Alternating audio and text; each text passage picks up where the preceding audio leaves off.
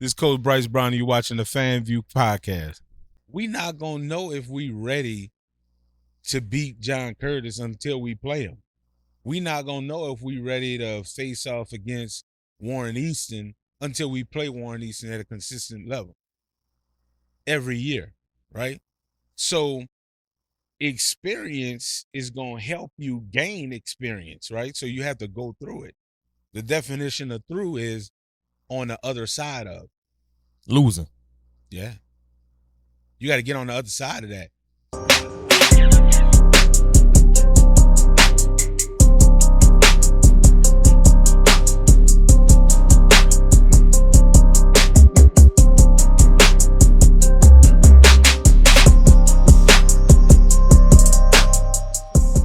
Welcome to another episode of the FanView podcast, man. In the building with my dude, Edna Karr head coach, Brice Brown. Appreciate you taking the time out your busy schedule, man. I know I'm getting ready to transition into the spring football, and get you guys prepared for that battle and to be able to embark on another journey come next fall. But man, we're gonna get right into it, man. Early. 4 state championships in a row. But the last few years, you guys haven't gotten it done. In your opinion, Coach Brice Brown, I think what a lot of naysayers want to hear is what has happened over the last few years. Why Edna Karr hasn't gotten it done and been able to get the GG like we've been knowing y'all to do over the last 4 years prior. I think it's a number of things. I think it's the state of Louisiana getting better in football. We play in a higher classification than we did when we won the 4 straight. And I think COVID was a big factor. But, no excuse. Still proud of the teams that lost earlier than going to the state championship game. I think, when you had a place like Karr, that state championships are the measuring stick of success. But I think, it's a lot of factors that go into not winning a championship. Right. I thought that in particularly, with AJ's senior year and Jonathan Back's senior year, I thought that, if AJ didn't get hurt, I thought that was a state championship team. One of your better teams you coached. Oh, yeah, no doubt. I thought that was one of the better teams in the country. You look at the body of work that they did throughout the season, but just like in any sport, injury comes apart, and he was courageous and everything, and how he tried to respond playing through injury. But I loved that team, and that was one of the teams that I thought would push us back into the level of play where we was in the late 2016, 2017, 18, 19 championship teams. It just seems like the most success a program has, even though you have a lot of people that might be supporting the program and having y'all back, but it also brings a lot of haters for some reason. It comes with a lot of scrutiny. You guys lost to Curtis this year, which was an option-based running team. You meet Acadiana in the quarterfinals, which is a different type of option team, but kind of similar in the sense that they run the ball with that old school running style from like back in the day where, in the early 90s and 80s and stuff like that. What is your response to people that say that Edna Karr just struggles with option-based running teams? I would say, based off of what has happened recently, you're correct. Mm-hmm. Because we did lose to Curtis last year, we did lose to Acadiana. That really happened. But the year before that, we beat Curtis, and the year before that, we beat Curtis. Karen Crow. But we lost to Karen Crow 2 years prior to that. Mm-hmm. Yeah, I think number one, those are good teams, right? Especially the Karen Crow team. I thought that team was really, really good. I saw them in Karen Crow. We had a week off that year. And I think it was, I don't know what week they played STM, but we had a week off, and me and T Howard, we drove to Lafayette to see it. And we didn't know what seed we were. We didn't know anything. We just was like, man, listen, we need to go see what's They going was the on. 1 seed that year? Yeah, we need to go see what's going on. But this is in the regular season. Right. We need to go see, because everybody was talking about this team. Like, look, this team could potentially knock us off, blah, blah, blah. So, you always, as a coach, want to see the team play live. Right. And when we saw how strong and tough they played STM, but I could remember getting back on I-10, headed back to New Orleans with T. Howard, the first thing we said was, that's the team we got to look out for. Not because of the scheme that they ran, because of we went on senior night, and I think it was 30-something seniors. And anytime you playing a team like that, it's going to be senior led. You're going to have great leadership, stuff like that.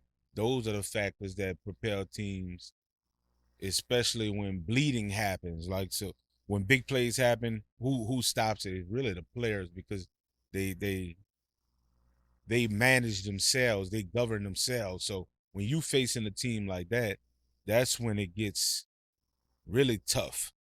The Curtis team we lost to this year, senior led.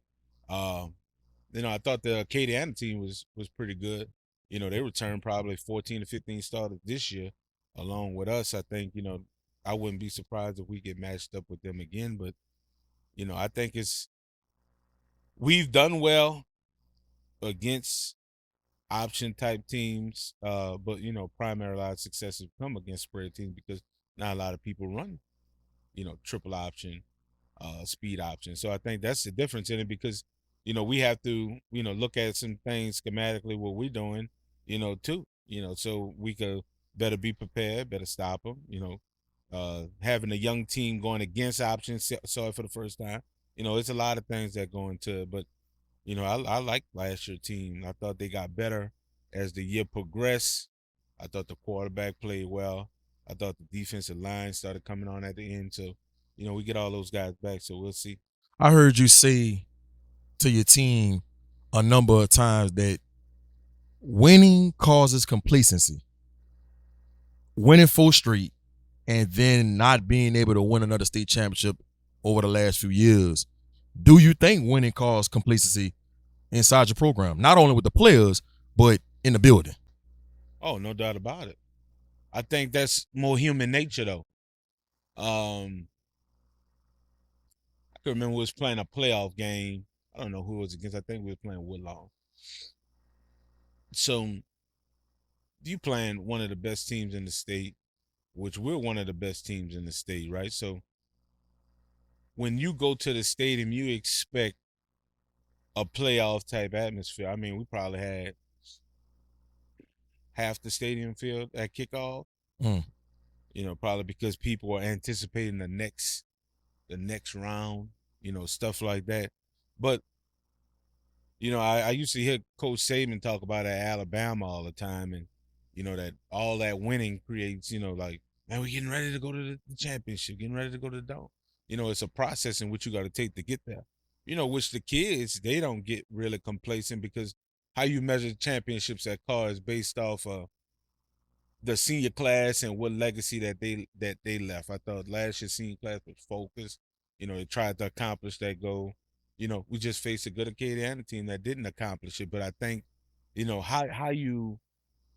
how you shift being winning as much as we won and stop being complacent or content or satisfied, whatever word you want to use, now it's a sense of urgency, because you can't say we have a young team this year, because we have 16 starters coming back. So you can't say, oh, the staff continuity isn't the same because now the whole staff is returning. Now you don't have those excuses. Now it's all about the result, the result and the preparation that you're going to put in. And I think that's what has to be, shifted, has to be changed. Not only the mental preparation, but physical preparation, like how we're going to take care of the boys this summer, this spring, not repping them crazy, taking care of their body, stuff like that. So that's what kind of complacency we're talking about. Where we probably taking advantage of being so successful, where we should just keep putting our foot on the metal, like, look, let's keep going. I feel like you've had 3 different type of chapters since you've been at Karr. So when you was an assistant, y'all was going to the Dome but losing, right? They was calling y'all the Buffalo Bills. That was what people were saying. Then you become the head coach. The Bills won one? No. Oh, we won one. Right. But y'all kept getting there and losing at first, right? So then y'all finally won one, right? And then you went 4 straight. And then you ain't been back in the last few years, or won it in the last few years. So I feel like it's been 3 different type of chapters in your coaching career. What has been the difference in those 3 different type of chapters in your mind as a coach? I think you get smarter, you get more experience, and you get more patient. Early on, it's like you have this house you're building. And you're building this house, and you got your last piece of plywood, and you're trying to put on this house, right? Early on, our focus was to build this house correctly, right? But even though the house was strong, our process in building the house was different. So we would measure 1 time and cut it 10 times to make it fit.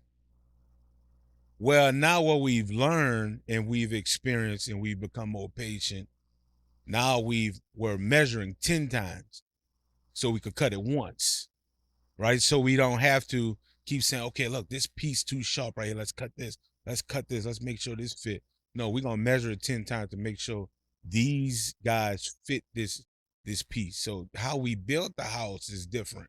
If that cliche makes sense to you, it's both are effective, but one requires less work and more attention to detail on the other side. Well, now we meet more, we discuss more, we debate more, we prepare more. Where before it was about the rigor of toughness, stuff like that, right? So you just develop as a coach, like, listen, we could do this a different way. Yeah, so we went from measuring 1 time and cutting 10 to measuring 10 times and cutting once. So that's been the major shift. Now we trying to measure 1 time and fit it in 1 time, so now we can make it right. Now how we do that is in our preparation. How we do that is in our patience with this new generation of kid that we have. This new generation of our culture. So we have to be more patient. We have to be more adaptable. Coach, you're fairly young, but I'm what I don't understand is how were you able to process that and then go out there and execute that you had to do it a different way? Because coaches that's been in the game 30-something years, I would expect a response from that type of response. That response from you, I can't wrap my head around it, because how did you know to take those steps if you never been through it? Because that was early on in your career when y'all was getting the state and losing, and then you figure it out. Experience is the best teacher of experience. It's just like, the eighth grade son. He spent his whole first 8 years of education in a middle school setting, in an elementary setting. The first thing you asking yourself as a parent is he ready to go to high school?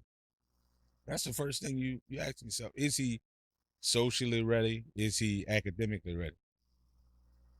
You're not going to know if he ready until he go to high school. We not going to know if we ready to beat John Curtis until we play him. We not going to know if we ready to face off against Warren Easton until we play Warren Easton at a consistent level every year, right? So experience is going to help you gain experience, right? So you have to go through it. The definition of through is on the other side of. Losing. Yeah. You got to get on the other side of that. So early on, we weren't winning championships and all of this stuff that you see now. We were losing. We lost in the first round. We lost in the second round. We lost in the quarterfinals. We've lost in the semifinals. We've lost in the state championship game. So experiencing all of those feelings, now you know, okay, look, I got to take my level of preparation up. So round 1 looks the same as state championship game. Week 1 looks the same as week 10. You see what I'm saying? No matter the opponent. How you know to do that, though? How you know to do that? Because you've experienced it all. You've experienced it all. So, put yourself out there so you can learn. And sometimes you think you're losing and you're winning, and sometimes you're winning and you're losing. Who is measuring this? Is it you? Is it the fans who buying tickets? Is it the players who playing? To me, the people who hold the most substance and the most value in this whole experience is the players. Players make the program. They the only opinion that matters because they experience it and they know through and through what it's really about. So how you know that they gained experience is based off of when you see this freshman grow into this senior leader or captain in 4 years. We don't know what he's capable of unless we go through that experience with him. 11 years ago, it might have been a little more than 11 years ago, you was offered the head coaching job at Edna Karr. You turned it down. And you played at Karr. You was assistant coach at Karr for some years. Why did you turn it down when they offered you? Because in my mind, I thought that would be a dream job of yours. What was your reason for turning it down at that part of your career? Because to me, I was already doing my dream job. I was helping obtain something that was somebody else's vision, of a standard of, consistency and all of that stuff. So, to me, I had loved my job. I had loved being an assistant coach. Now that it's probably 11, 12 years ago, probably 10 years ago, and they offered it to me again, I probably would tell them, hell no, I don't want it again. But the situation was different, right? So, that's just what's the need, what we trying to do. Did the school culture match the football expectation and vice versa? Did football expectation match the school culture? All of that had to match, right? So, I was in a situation where I had a good principal in Harold Clay, rest in peace, but he was the one like, listen, you better take this damn job. I'm not taking no for an answer, right? So, again, experience help you gain experience. But when you turned it down, you wasn't worried about, man, I might not get offered the job again. Somebody might come take this job and be here for the next 25 years. You wasn't concerned about that? No. But you love Karr. Yeah. Through and through. But Karr is people. Karr is people. Is the Mr. Hodges, Coach Rob, Mr. Guerin, Coach Dennis, all those people, that's Karr. That you'll always have those people available to you because they are the pillars of what Karr is today. Coach Ott, people like that, Coach Watney, all those people, built Karr to what it was. It is not just an address of 3332 versus 4400. It's the people that make the school culture, right? So I think that's why I didn't really think about that, because if that's what God told us to do, that's what we got. It's our job to listen. And then after you won 4 in a row, I mean, the list goes on. You had a number of colleges trying to get you to leave high school and come coach, and you turned a number of them jobs down. But you had a school in New Orleans, St. Augustine, that was doing everything in their power to lure you away from Karr. And correct me if I'm wrong, you thought about it, at least gave it a thought. What went into what went into that decision to even give it a thought and then ultimately saying no? I think first I got the utmost respect for a school like St. Augustine because it's tough being an all-black school in this America, right? You know, and so much expectation from their peers and the community to be the pillar, right? Mm-hmm. And that's what was so attractive about that because of that, right? So me turning it down wasn't because nothing about, you know, what they did right or wrong. It was based off of what Karr needed at the time. You know, where we was going through transitions of our own with new principal, new stuff like that. You know, it was like, okay, this might be too much change. This might could backfire on it. So, you know, that put a lot of pressure on a person. But when you're in these type of positions, if you're principal, head coach, AD, you know, these people counting on you to make the right choice, the right decision. So I don't think it was based off of what they did right or wrong. That's a great program. They're gonna have a lot of success under Coach Valdez. You know, they're gonna do what they do. You know, they're gonna have the support, they're gonna have everything behind them. But Karr needed the same stability. We were going from, you know, Dr. Nash to Dr. Washington as principal. You know, T. Howell was shifting into athletic director. You know, a lot of things were shifting and changing, you know, where we were. So I just thought that too much change wouldn't have been healthy for the longevity of the program, if that makes sense. Makes a lot of sense. But and that's the truth. I mean, you're gonna have half of the people that believe, you know, what I'm saying is bullshit, and then you're gonna have the other percent thing, oh, he kept it real. I'm keeping it real with you. You know, that's really the reason. Those people did an excellent job of, you know, selling their program, which don't need to be sold, you know. And a lot of young coaches' aspirations are ultimately to seek the next level, college football.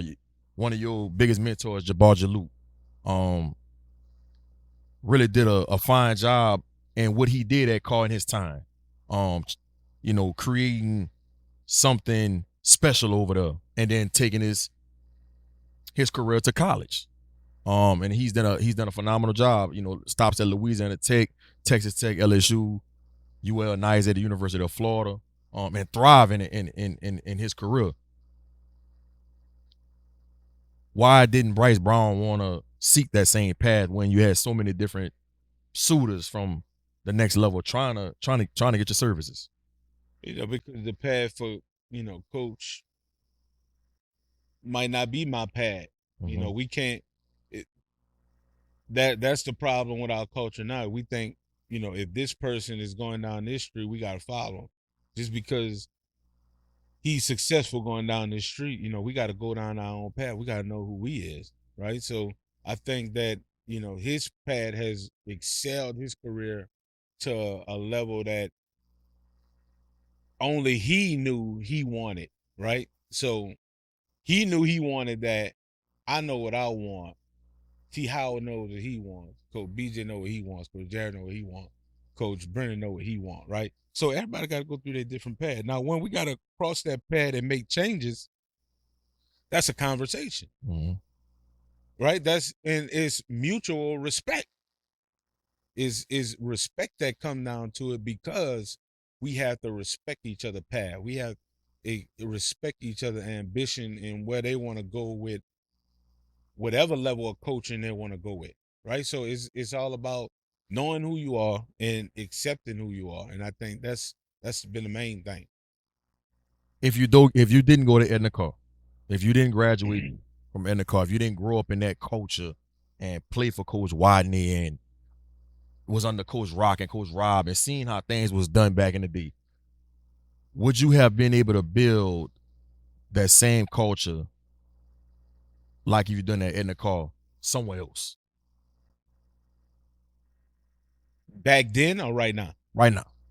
Right now, probably could, because again, experience has showed us, what to do, what not to do, stuff like that. But not going to, now, if you're talking about that Karr, could we have done it? No, because it took Karr people to get it to where it is now. It's just not me. It's, T. Halco, BJ, Jared, Brennan, all these people that went to Karr, Myra, Poppy, all these people that went there that have a certain appreciation because they graduated from that school, right? So you see a lot of this now where people are trying to get people that went to their high school because you're gonna give a little bit more. You're gonna spend a little bit more time. You're gonna put a little bit more preparation into it because it's your own, right? So I think that's been a big part of our success at Karr, because we knew what we had and what we was missing at 33, 32. And then we evolved it into what we thought was right or what we figure is right. Right? Not am I saying that whatever we doing is perfect? Hell no, I'm not saying that. Right. I'm saying it's right for us. And if it makes sense to us and it makes sense to the players and we doing for the players as much as we can, then that's the only thing that matters to me. Scrutiny and criticism gonna come. That's just what come with any job, right? Just imagine being a principal of a school when you over 1,300 children, right? And if somebody make a mistake, it's the principal's fault. No, it's not the principal's fault. The principal was in a meeting while they was vaping in the bathroom. You see what I'm saying? That's not the principal's fault. It's different things that come. But you gotta have, man, you gotta be able to trust in God, man, because that's the only one that's gonna propel you through it. And then we gotta pray that, when these kids do go off, that they were the kids that were listening instead of acting like they were listening. And we don't have no control over that. No doubt. That's all in their control. I always hear you say, whether it's a kid, whether it's a coach, whether it's a parent, when you don't know, you don't know, right? And the reason why I say that, I'm around a lot of programs, around a lot of coaches, and have a lot of relationships and a lot of conversations about why their program can't take that next step, what it takes to build a program. When it comes to building a program and you don't know, how do you end up knowing? You're saying advice to people who build it. That's trying to figure it out. If you're trying to build and then maintain it and then sustain it, you can't do nothing else. Nothing. You gotta put it. You gotta go all in. But I want to be at home with my family at 4:30. 4:30 in the evening. Yeah, I want to be at home with my family. I want to be able to get my daughter a bath and get my wife food off the stove when it's hot. Then go do that. I can't do both. Nah, it's gonna be hard. You know what? This is what I tell you. This is what I tell you. This our coaches, we're just starting back. This is about to be March. We just about to start back, right? And we've been off since when we played Acadia on December 2nd. So they've been off, 3 months, right? Because they need it. Because if they don't have that particular balance, they're going to be some divorced people, some divorced coaches, right? So I think you could do both, but how you balance it out is your weekly schedule. On Sunday, we watching tape. Monday we practicing and we watching tape. Monday longer than Sunday. Monday we getting out of that 8 o'clock. Monday Night Football already in the second quarter. Saints on. Saints game already in the second quarter, right? So if the Saints playing on Sunday, okay, we're gonna make it feasible for you. They got a noon kickoff, right? We not gonna start until after. You're gonna go to church, you're gonna watch the game with your people. I do the same thing, right? But for me, I gotta leave about halftime of the game because I gotta get stuff prepared, right? Mm-hmm. But I gave a little bit because I gotta do a lot, right? But I'm not requiring that from everybody else, right? What I want to require from you is, look, when we start, we start. So if the Saints game over about 3:15, I'm gonna require to get there at 4. So if people That's go, fair. yeah, people go to the game. Now look, what time we get out until it's done. Which could be. It don't really change. So if we playing a team, That's 0-7. it's the same. It's the same. They 0-7 or they 7-0. You're gonna think I'm full of shit, but it's the same. It's the same. But why we keep it the same? Because that complacency you're talking about, right? That's how people sneak up on you, right? Because you're not prepared. We might script plays on offense that we say, okay, listen, if all this other stuff fail in the fourth quarter and the game tight, we know we got these 3 to 5 plays that's gonna separate us in the end. How we get to that outcome, though, and how we be that patient to wait to, and we know you got a touchdown call, how much discipline it take for you not to call it in the first quarter, and you saving it. We might be playing Landry week 1, and we say, listen, we got this concept, we're gonna run this, we know we're gonna score. We got one high, we're gonna hold the post safety, and then we're gonna send a vertical underneath them on the over route. We might say something like that, right? But we don't need it against them, right? So keep it in the chamber. We'll keep it in there. And then the next week we might come up with another one. And then we might hold it again. And then boom, you need it. So that preparation then taught you, right? To look, we don't need this stuff. You got coaches on the headset. Look, let's come out with XYZ. They're like, no, coach, we don't need it. We're already up 20, let's get out of here. That's what you need, right? That's what you need. But as far as the balance part, go back to your first question, can you be home at 5 o'clock and then have a national program? Dude, I don't think so. Unless you're getting out of school at 1. You can't have best of both worlds. You can't have it all. In a perfect world. You can't have it all. Something got to give.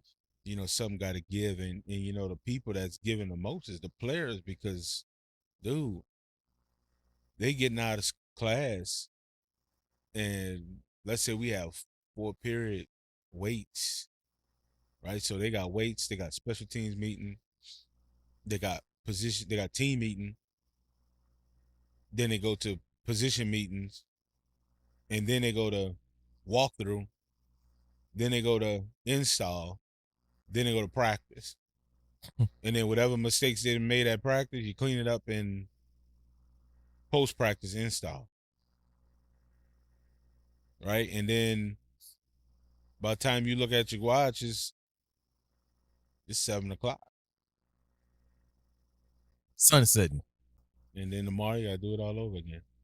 So when we get to Wednesday, we'll scale it back a little bit. And Thursday, we'll make sure to try to get out of there about 5:15, 5 o'clock, so they can be fresh, to make them hydrate, stuff like that. But that preparation don't change. The day you're going to deviate from your goal is the day you're going to fail. The day you change and you say, oh, just go. Y'all just go. Y'all good. The day you do that, that's the day you really gonna lose the game. Now, have we been doing that when we've been playing the option team? No. But they preparation probably at another level than us. So we gotta get our level up because when you're playing the option team, they're trying to do 2 things, right? They're trying to, not let your athleticism beat them and slow the game down, right? So all that go with preparation, all that go with all of that stuff. But can you do both and get home at 4:30? No, you can't do nothing else. You want to be successful, you can't be doing nothing else. The best Wall Street broker, he ain't doing nothing else. He's studying the market, he's studying the books, and that's what he doing. That's how he's staying on top. He the best one because the best one being different win, right? Mm-hmm. When you want to be like everybody else, that's when you lose. But being different wins. Being different wins. So, only the head coach of that particular program gonna know, how much he's willing to pay the price to build his program like that. So, like, where you from? Those coaches, where you from? Great talent down there. Mm-hmm. That'll be my advice to them. If you want to build it, man, build it. Build it, but do it consistently with what you're doing, not what you're saying. That would be my advice to any young coach.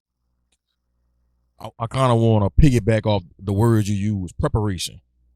All right. So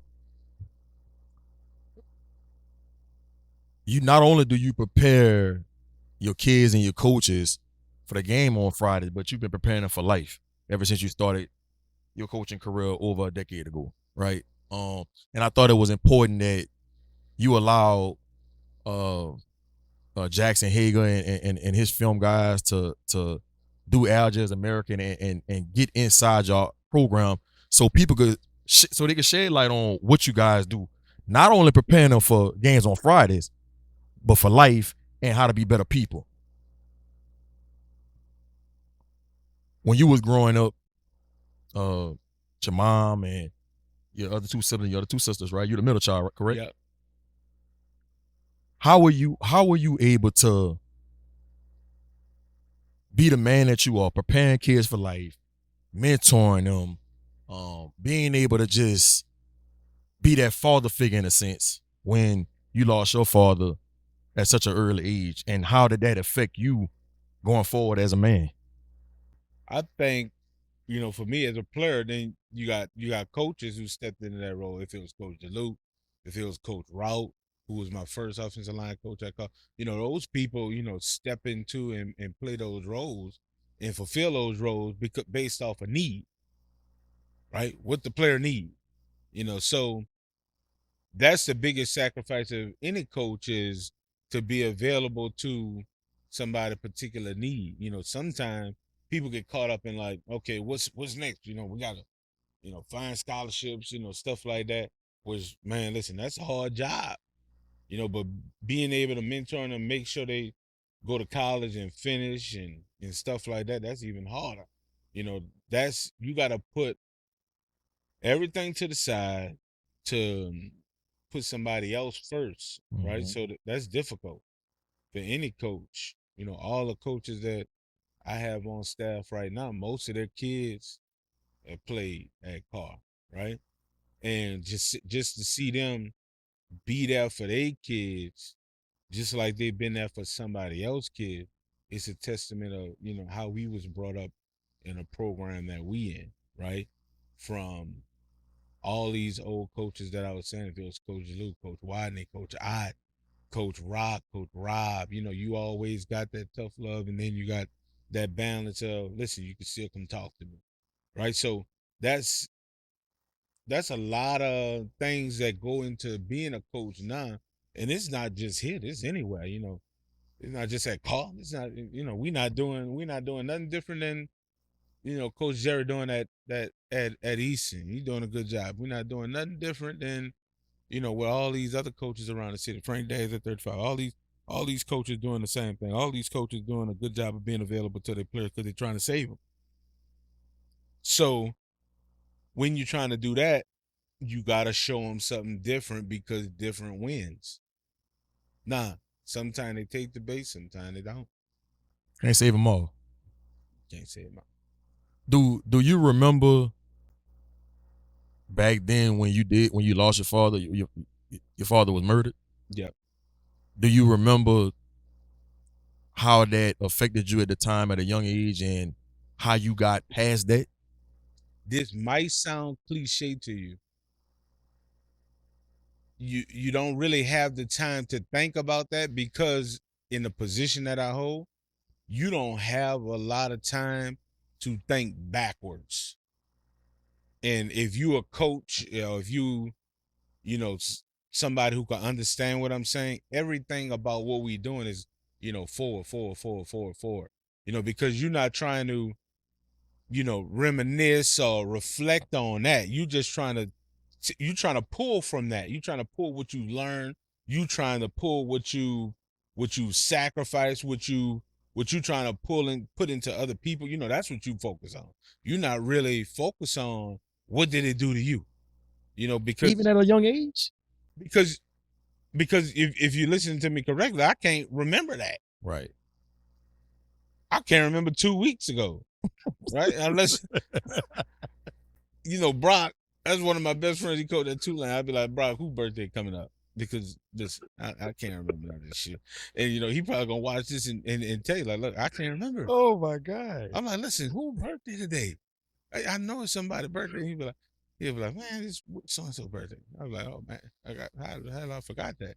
But you so busy in right now to where, man, I'm telling you, it's hard. I was joking with Mr. Wright, our assistant principal.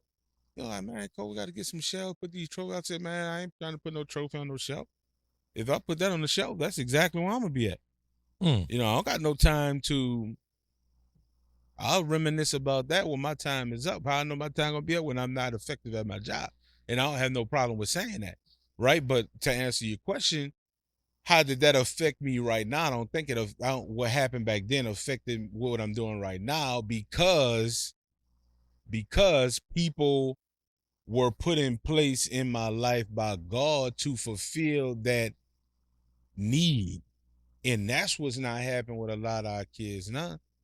I applaud the dads and everything that's involved. Like you coach your son team, watching y'all play the other day, that's, people should be applauded that's doing that because that's not happening everywhere. Right. That's not happening everywhere. So, I'm in a position that I'm in because I got God and I got a good support system and I got a great family who understand. Right. So if you don't have those three, something got to give. Right. Something got to give. Something going to be sacrificed. Something going to be let go. I've heard you say a lot of times, man, like over the years since you've been coaching, y'all have had kids that's been killed, tragedies have happened, and I've heard a lot of kids in New Orleans say, I'm numb to it. Even going back to when one of your closest friends, Guy Henderson, was killed. And I had a relationship with Guy, and I remember, how tight all of you, him and Brock was. Does it really get to the point where you get numb to those kind of tragedies happening? And how do you keep kids in your program keeping one step forward when those type of tragedies have happened so many times? Like not only at Carr, but New Orleans, Baton Rouge, wherever. The numbness, no, you're not numb to it because, I think I was by Nick's house because all of us was close, and we were just talking about, Guy, and that happened my first year as the head coach, and to think that was almost 10 years ago, dude, that's crazy, right? But you don't become numb to it, right? You talk about that kind of stuff more than you talk about winning, to be honest with you, because I think that's kind of like human nature where you think about the bad more than you think about the good. And I think it just have a imprint on your mind. Like, look, yeah, you did this, you did that, but man, look what happened to this. I think that's like human nature. We talked about this as a staff, like how we try to, you remember the kids that's doing right and keep going, but then still try to remember the kids that we lost and still trying to remember their families, their legacy, all that stuff hard to juggle. All that stuff Man, it's hard to juggle all that stuff. Because if you do it for this one, you don't do it for this one, you know, it's tough. Right. I think it's interesting when I first started coming to Edna Karr games. I think my first Edna Karr game was 2011 or 2012 or something like that. Might have been before that. When my first Edna Karr game, Speedy No was a freshman. So I think that was the year y'all played Franklinton, right? In the state championship? Yeah. Okay. And one of the things that stood out to me was the number system, right? And so the first year I watched y'all play, I was like, hey, this guy number 2 good. This guy number 1 good. Number 7 on defense, he good. Woo. Come see y'all play again the next year and the following year and the following year. And then all of a sudden, I start asking questions. So 2 must be the best player. 7 on offense. 7 must be the best player on defense. Like 10 at linebacker. I mean, you know, 44 at defensive end. Like, I was very curious at the time on how y'all went about picking numbers for each player for each particular year. And a number of people have asked me this question over the years. Well, how do they figure out who's 7? How do they figure out who's 2, 5, 1, 3, whatever? All of them, and I know a lot of it is biblical. Kind of explain the 1 through 10 on a football team every year. You know, we just added 0. So it's 0 through 10 now, which 0 means second to none. Which is which is the school motto. Yeah, you like that. Huh? I like that. It's just different. But the top 10 creates competition.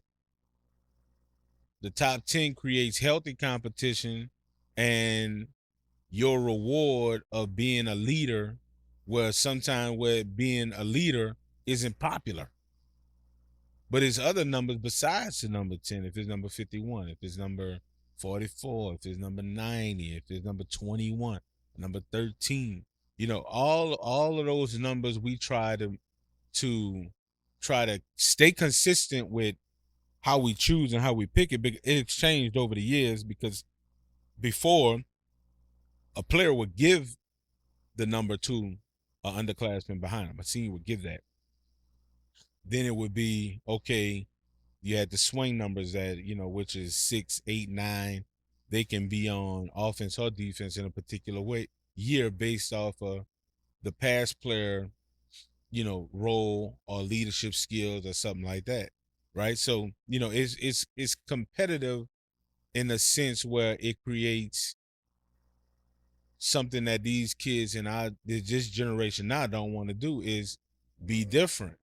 It creates leadership skills. It creates, because you can't get a top 10 number if you're not on the leadership council, right? So you have to be able to set yourself apart. You can't get a legacy number if you're not a part of the leadership council. You can't get a legacy captain number if you're not a part of the leadership council. So it creates, that kind of balance. Like, look, you want this, but what you're willing to give for it, and what we want them to give is, peer leadership, where they gonna hold each other accountable to a certain standard. So that's where the top 10 came from.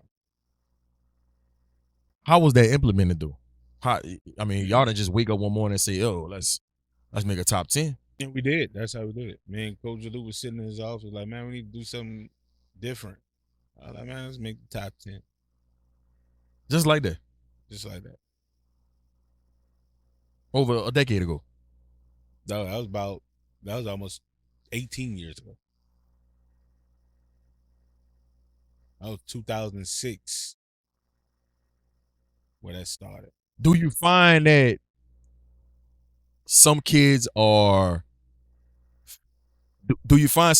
like there's a lot of pressure to wear one of those single digit numbers or being at top 10? Yeah, but pressure good. Pressure is healthy, right? Because it's something that they have to be adaptable to, right? So, sometimes do it get a little carried away, like, I don't think it get to that level to where it's like, oh, I'm a failure type thing. No, I think it's like, you know, if that person beat you, it's like, man, good job. You know, right? So how we reward that is, you know, based off of the number that they wanted, which each number mean a certain thing. You know, so do you match that number? Do you fit that number? Well, it's not about how I look in a uniform. It's about, look, do you fit the characteristics of what that number represents to the program? You know, it was just something fun, and then we just been rolling with it every time. It's a big thing now, but when we first started, it was something unintentional to be different, to be fun, to give a motivation, you know, stuff like that. You know, the debate would be which one the best one, you know, and then that's when a lot of people have an opinion. Which leads me to my next question. Because, and it really started during COVID, you know, everybody was in the house, nobody had anything to do. And it was a debate about who were the best players in the 2000s at Edna Karr, whether it was the quarterback position, running back, receiver, the lineman, DB, linebacker, you name it. In your mind, best players in the 2000s. Come on, Karr. That I either played with or coached. Either. Ooh, it's a tough one. And it's not that tough, though. It's not? No. Wow. No, I beg to differ. Well, let me tell you something. I think anybody who saw this kid play would probably say, you know, Jeremy McGee was probably one of the best. I never got to see Jeremy McGee. Yeah, he probably I saw a film, but I never Yeah. saw him in person. You know, where everybody gonna immediately say Speedy, you know, I think that's the only person that could rival him. Or say, you could say that he probably was better than him. And Jeremy McGee went to Ole Miss. Oh, not Ole. Well, he went to He UCLA. originally went to UCLA. Yeah. And then went to Ole Miss. Mm-hmm. Defense. That's a bad boy right there. Defense. Defense. See, defense, that's when you trying to get people to start texting me now. You know, but defense, man, I don't know. You saying the best one or the most dominant? Either. I mean, if you're the most dominant, you got to be the best. Man, it all depends on what team. You know, that's wide. That's a wide debate Who right there. when y'all was going into a big game against a opposing player that was big time, you knew he was gonna come through. As a defensive player, to stop him, to get the defense to rally around him. It'll be easy if you broke it down by position. All right, go ahead. D-line. You talking about defense. D-line. You talking about play with and that's tough. Right? You play with Icky? See, you gotta have Icky in there. You gotta have Gerald Willis in there. Man, you got dudes. The D-line crazy. The D-line sick. Yeah. The D-line sick. Titus. Yeah, and that's more mid 2000s. Right. But you gotta pick somebody. You gotta pick somebody. I would say the best one is whoever. I would have to probably put G up there, Gerald Willis, because he's a 3-time All-American. I didn't know that. I thought he was 2-time. Yeah, he's been All-American since a sophomore. So wow. He's a 3-time All-American. So that's a different little debate right there. You know, then you're going to have your 90s call, you know, they're going to say it's this one, and then you're going to add 2000. But since I've been coaching, probably him. Linebackers, there's been a whole bunch of them, but there's only been a couple of them to where, well, if you say LC, you could put LC as the lone person splitting the number 2 and number 3 receiver, and he's shutting down both. Right? We was really doing that.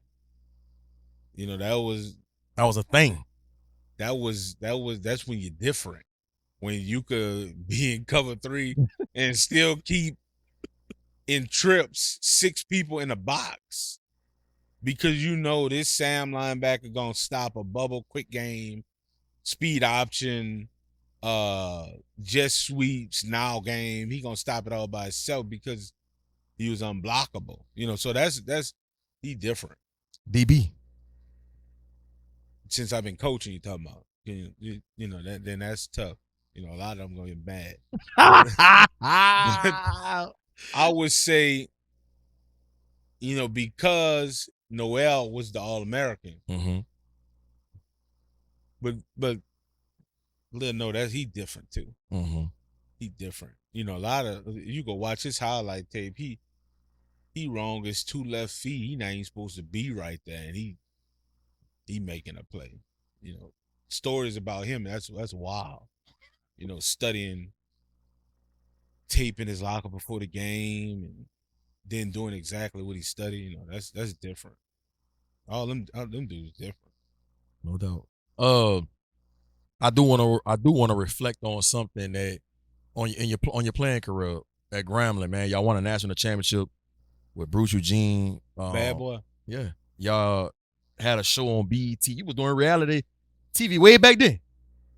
So now, listen, that Bruce Eugene is a bad boy. Number one.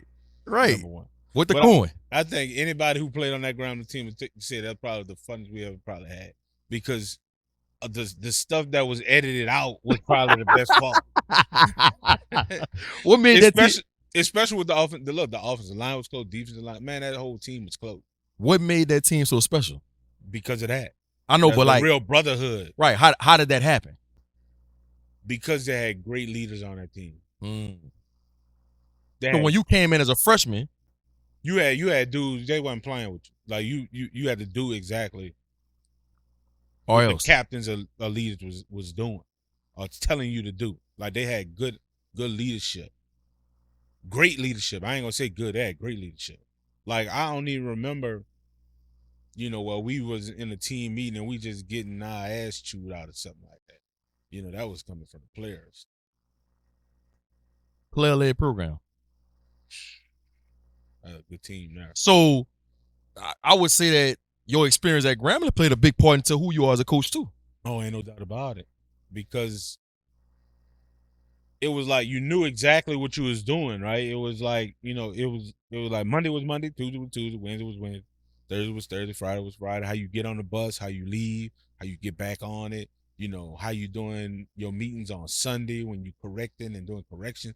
All that stuff was the same, consistent. And then you was still winning by 70, and we still was practicing like we was scoring 70 points a game. We still was practicing like we didn't win a game. We couldn't get a first down. 2-minute drill, the best. I was talking to Blue, running back that's on Season the Tiger, and we was Baton Rouge was just talking about that. Like, man, that time we was scoring 26 seconds. But then, you know, they might have a day where Hatch gonna do his thing, right? He played for Cowboys. Man, that was a good team. That was a good team.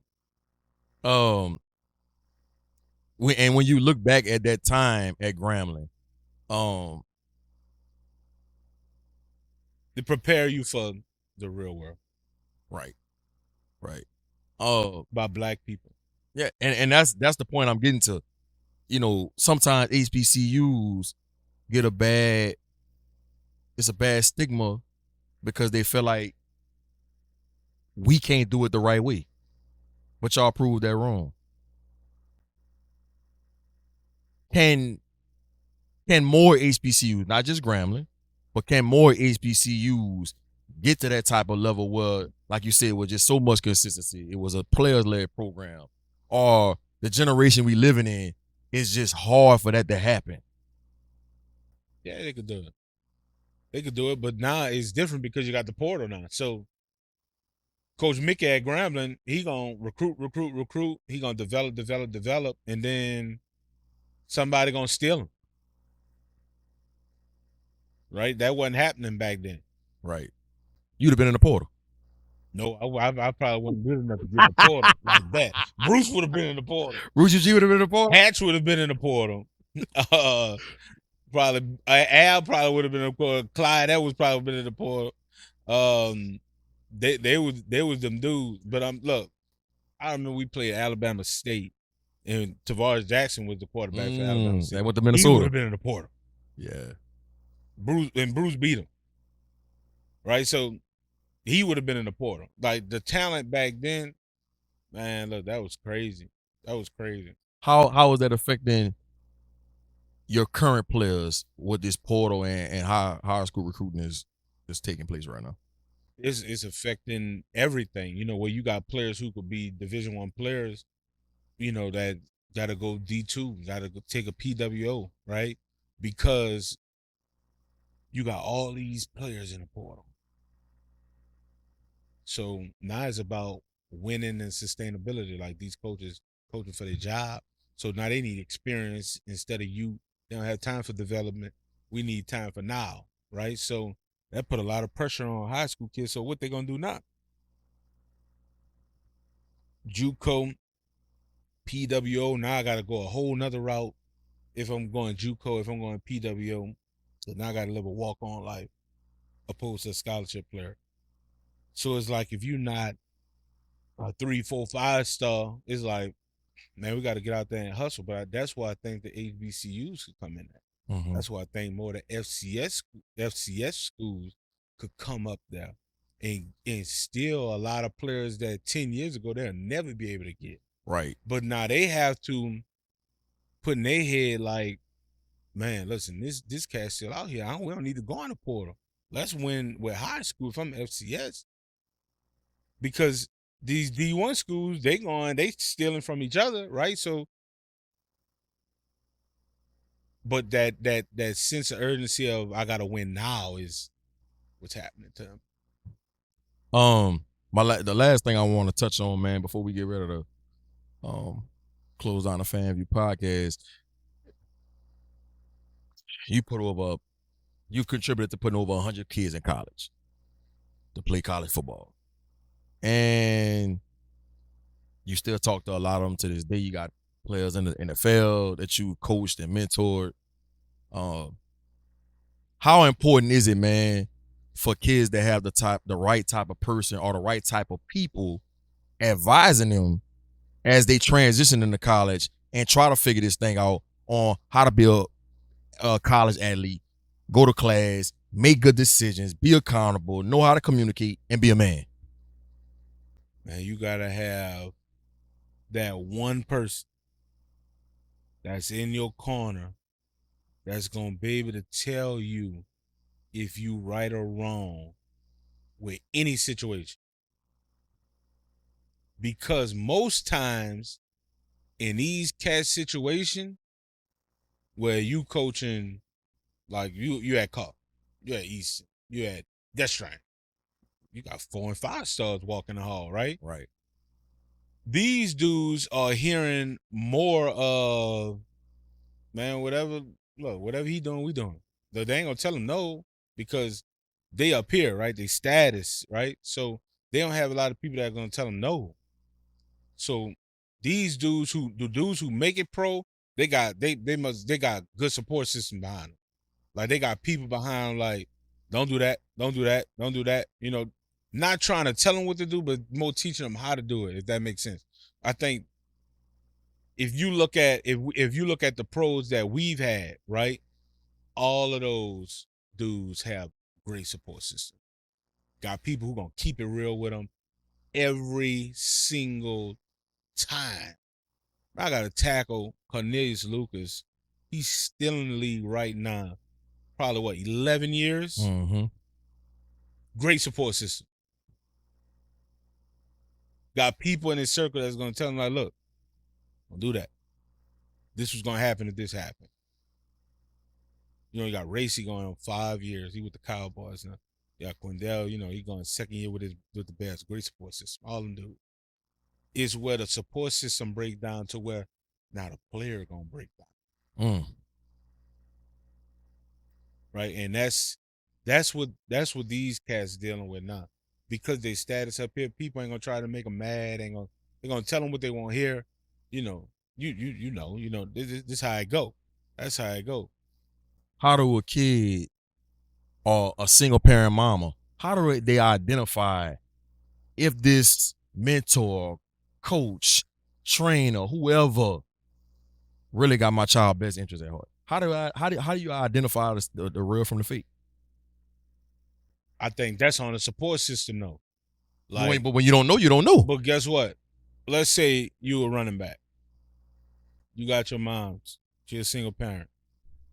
If mom's telling you, look, we ain't going with this agent. A lot of times the moms pick the agent, right? The moms and the dad.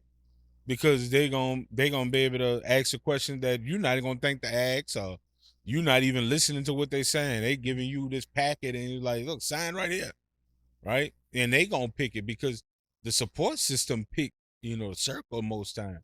Now, when them dudes get that big bag and then they like, look, I got 100 mil. That's when that real support system kick in. Like, you got to be consistent when you talk to them too. Not telling them exactly what to do, but the consequences if they do this are the consequences if they do that, if that makes sense. Right? So that's what key with anything though, right? I mean, with any brand. But you got so many people that have hidden agendas and it's hard for a kid or a single parent mom to identify it. You saying like in the world of NIL? NIL, going to the NFL, all of that. Yeah. It's hard. So then you would hope that the kid has learned from his mentors, what he's looking for in this trainer, this agent, this. Because if they weren't paying attention, then that's when we losing. And a lot of times these kids not paying attention. Well, we talk about this all the time. Why you signing with the University of Arkansas? Man, I like their uniforms. Then the SEC. That don't have shit to do with how that's gonna make you a better man and develop you as a football player. Yeah, sit them down and be like, look, tell me why you want to go to Arkansas. Now it's up to the person and say, man, listen, you ain't going to no school because of no damn uniform. But that's what's happening more often than not. Then that's disappointing. It is. Then guess what? You know what's happening with that? The portal. And now we didn't wasted a year. Well, now we going to the University of Oregon. Well, we should have went to Tulane. Right? Who gonna develop me? Well, my support system right here. I'm right with my family, Because guess what? That tunnel not gonna change. Keep running out that tunnel. Yeah, you're gonna get tired of that. Easy to get there, but how you stay there? How you stay there and sustain? Mental toughness. In this day in college football, man, you gotta be mentally tough. You gotta be in it for the right reason. Because, dude, what they get now is temporary satisfaction. Right? Because you got all these dudes got the same goal. But guess what? It's still 7 rounds of that NFL draft. And them dudes represent 7 rounds, 252 picks of dudes who paid the price and not asked for a price. Because the NFL gonna figure it out. They did a study of the percentage of kids that was ranked top 32 in the country, because the top 32 are 5 stars. Mm-hmm. They did a study that over the last 15 years, only less than 50% makes it NFL. Why is that? Is it the people that made them, that ranked them in the top 32 don't know what they're looking at? Is it they're the wrong people in their corner? Is it what's the reason behind it? I think it's a part of that too, right? The people that's picking it, because they only know what they see when they got on t-shirt and shorts. They're not really evaluating, the work ethic, in pads most of the time, practice habits, stuff like that. The person. The person. They looking at the player who got on the helmet. They don't want to understand the person that behind the helmet. But the NFL gonna find out the person that's behind the helmet, right? Because you a brand now. They counting on you. When you go into the NFL, you represent not just the best player. You one of the best people too, because you gonna make their organization make money. So how I'm a brand somebody who don't want to brand themselves? It's all about that bottom line. Yeah, man. Listen, talking to all these NFL scouts, man, these dudes. I talk to NFL scouts all the time, based off of players that who got draftable grade. In the clearest I ever heard, they got red dot, yellow dot, green dot, and it's self-explanatory. Red mean no, yellow mean maybe, green mean go. It's that simple for them, based off of the research that they found about you, though. Do they love football? That's every single team that I talk to. If it's the Raiders, if it's the Rams, if it's the Commanders, if it's the Jets, if it's the Packers, they all want to know, when you coach him, did he love football? Was he a student of the game?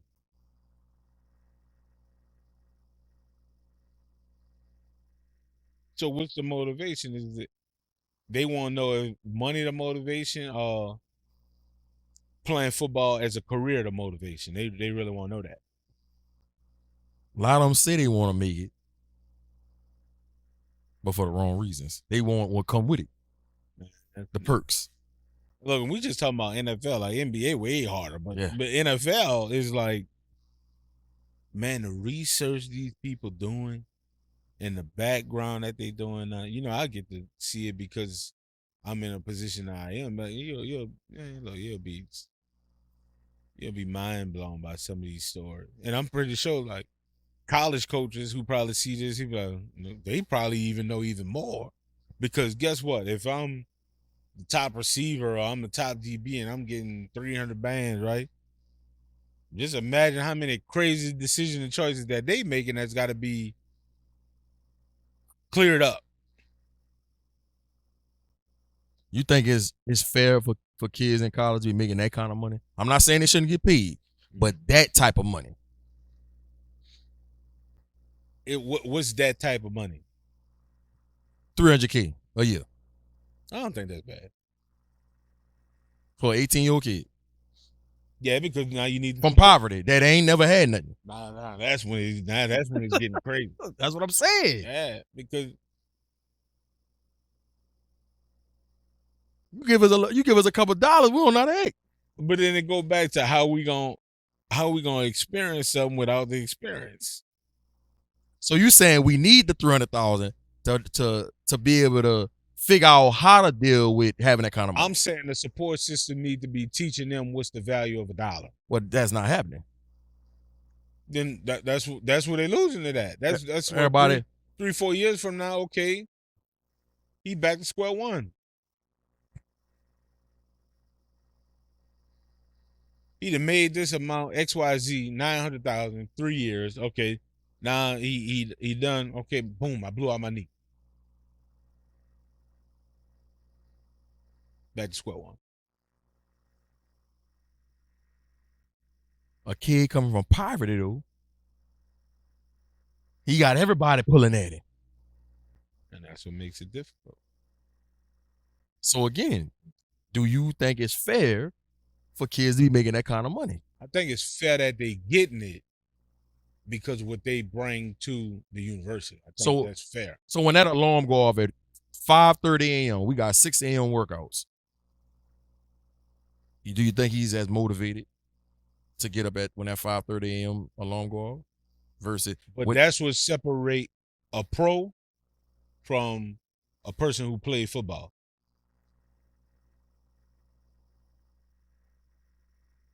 That's the difference right there. Separation point. Yeah. That now we talking about cream rise to the top.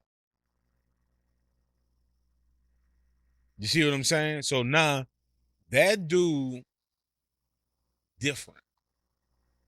He getting $300K and he's still getting up at 5:30 a.m. on time. Because he's different. Motivated. Different Do what?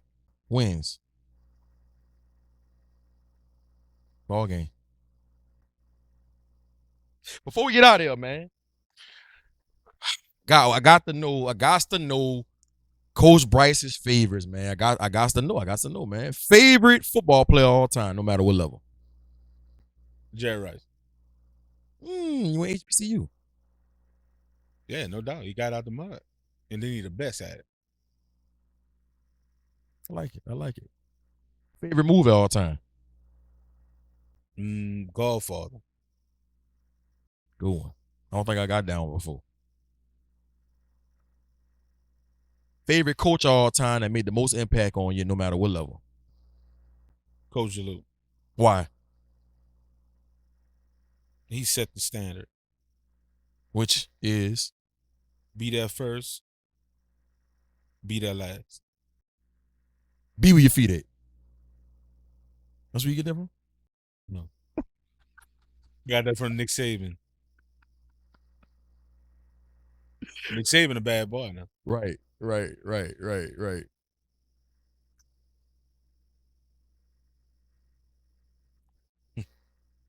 Favorite place to visit? What you mean? Like, favorite place to visit? A college? Like where anywhere. Your favorite place, like, man, I won't go back there. Miami. Why? It's different. Like from a demographic standpoint? Or just everywhere you turn is different. It could be places in Miami that look like New Orleans. It could be places in Miami that look like New York. It could look like places that look like it's in Venice. It got so much to offer. Toughest player you played against and toughest player you coached against. So let me preface what I'm saying. Like when you watching film and you getting ready to play, I'm just throwing a name out there, school out there, Scotlandville. And you like, man, I don't know how we gonna stop him on Friday. I don't know what we gonna do. We gonna have to chip, leave a tight end in, or whatever. And then as a player, toughest you went against. Toughest you went against as a player was blocking Nick Watkins. In practice every day. Went to Clemson. Couldn't block. Couldn't catch him.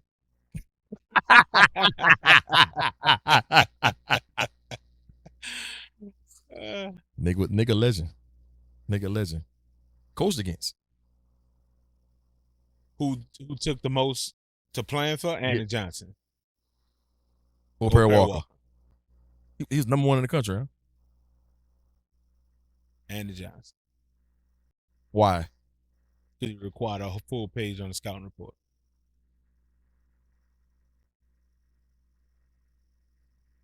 Do not make him angry. With a big circle around 88, number 88. Do not make him angry. What his nickname was? The Freak, huh? Yeah. Do not make him angry. We want him to play calm and subdued. Now you start talking shit back to him. Now look, I'm gonna start talking shit to you on the sideline. Look, shut up. Tell him nothing. He was like that all 4 years? Oh, a bad boy there. Then he'll get up and do that little shake. Oh man, come on. Then when he started shaking, it's like, all right, look, scratch the double team, triple team, let's roll the pocket.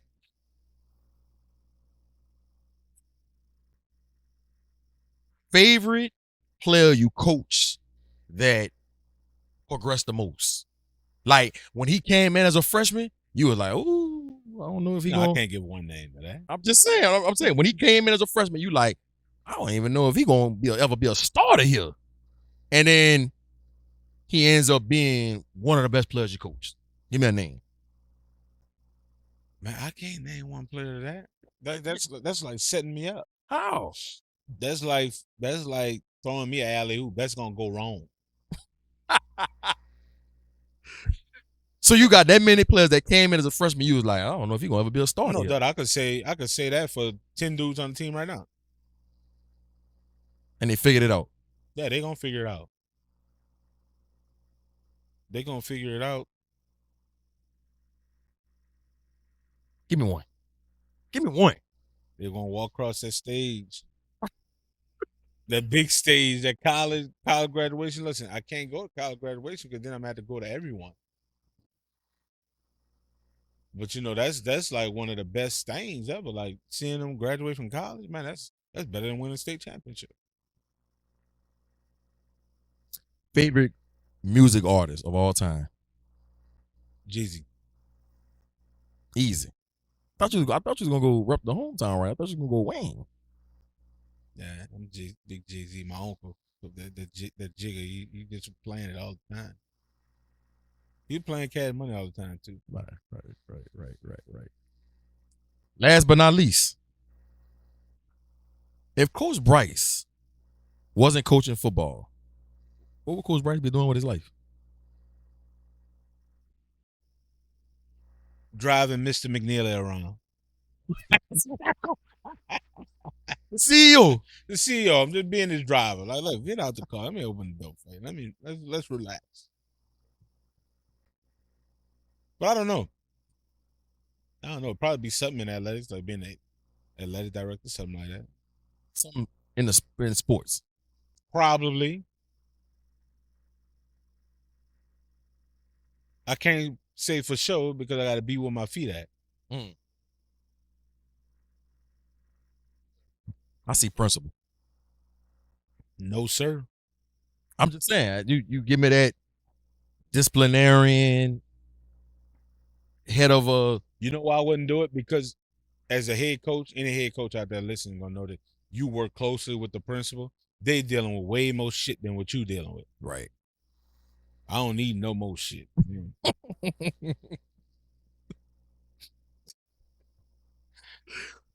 Man, this has been a very enlightening podcast, man. I'm sitting there thinking about the first time I met you, way back in 2003. Came home with Norman, and we came by, I think it was Brock's house, and we was all in the living room talking, and I just remember how you just was looking at me. I can't remember none of that shit. Yeah, I do. I remember stuff like this. And you just was looking at me like, man, who is this? Like, who is this Norman that brought home? And then when I told you where I was from, you really we didn't know where it was. And you really was looking at me crazy. But fast forward as the years went on, and I gained a relationship with you and a lot of the people over there at the Edna Karr family. I have a real appreciation for how have y'all accepted me and taken me in over the years. I can't tell you how many times people say stuff like, you didn't go to Karr? You graduated from Karr, right? 03, 04? I'm like, no, I'm from Homer. And so I think a big part of that reason is because of how y'all accepted me. And if people know the Edna Karr family, y'all really like keep everything internal more often than not. And so like I appreciate, how y'all accepted me, and I know you played a big part in that, like Norman and Brennan and Jared and people like that. And so the things I've learned from being around you guys, I've brought it to my life, and I've brought it to where I live, and kids that I mentor and teams that I coached. And so I think that, as cliche as it might sound, I think it was God's plan for me to go to Southeastern and meet Norman and Brennan, and then I was able to meet you and the rest of the Edna Karr family. And I think that it has played a big role into who I am as a person. I appreciate you saying that. I would say this. Anybody doing what you're doing on any kind of level of trying to give our kids exposure and trying to promote positivity, and I know a lot of people in New Orleans take their high school they went to serious, right? But at the end of the day, when we talking as like head coaches with each other, we really like on the same page. Like we trying to, change the narrative a little bit. So I would say, even for people like you who do this type of stuff, I'm just not making myself available to you because I know you. It's because you've asked, right? So I would say, and I hope you put this out there, like, man, look, if you want to do this with me or one of my coaches or something, man, just ask. It's open. It's not like no top secret thing, right? Right. Like we trying to make this better. You know, I know a lot of people, you know, half the people out there love Karr, half the people out there hate Karr. That's just go with it. But it ain't about the school. Let's focus on the mission. Let's focus on the mission. You know, like some people, you know, can we grasp that idea? You know, let's sit down and have a conversation about it. You know, like we don't have to go to social media and then let's agree to disagree. No doubt. Yeah, you know, because we all want to see all our schools do good. If it's Karr, Landry, 3 Fries, St. Aug, Sophie B, Abe, Reed, all these Carver, all these schools, man, all these schools got something about them that's special. What's the thing about them that's special? Is the people and the children that they serve every day, right? We could say we doing this because, yeah, Coach Brice and Karr won like 4 or 5 championships, but guess what? They got dudes at Easton. They winning because they putting dudes in college. They helping dudes get out the street. You know, they trying. Same at 3 5, same at Landry, same at Abe, same at all these Carver, all these people trying to do the same thing, and we just trying to survive. That's it, right? And guess what? We can have pride in our school. And then when we playing between them lines, we trying to go at it and we trying to beat you. Right? But when me and Frank Dash play each other week 3 this year, we're gonna try to beat each other on that field. But guess what? There's no hesitation when we talk to each other on the phone. Oh, I'm playing Jimmy Zack in Appaloosa, black coach. I played with at Graham. Playing him week 2, going to his play. I said, man, you know what, Jim? I'm gonna come to you. You won a championship. I lost in the semi. You the big dog now. I'm coming to you first. Well, we did in the past. You forget that. I'm coming to you, man. I didn't know you played with Jimmy.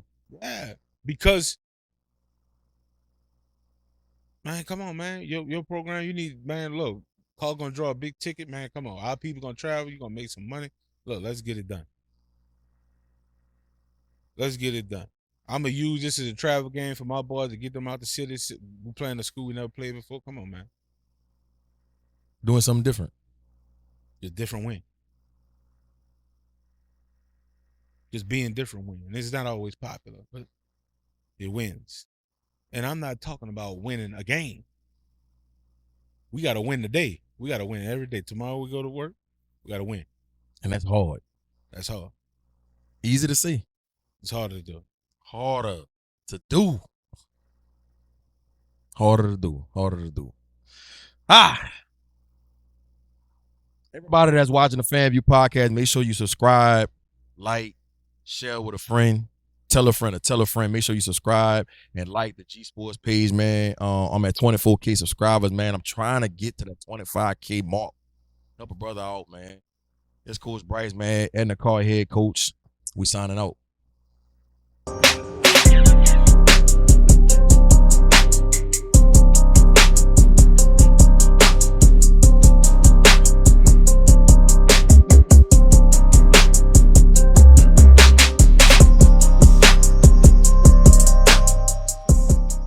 Step Construction is here for you with a brand new offer. We now provide affordable storage sheds. Stop wasting your money on overpriced storage units and portable containers. Step Construction can provide you with a custom shed that will fit your budget and storage needs. So contact Step Construction today at 504-340-5809 for your own personal quote. Let us help you take the next step at Step Construction. It's DatBoyFred, host of FanView podcast. Tune into the NOTN app weekdays 3:30 for the FanView podcast. Go to NewOrleansTalkNetwork.com to watch more episodes of FanView podcast. Don't forget to like, subscribe, and watch.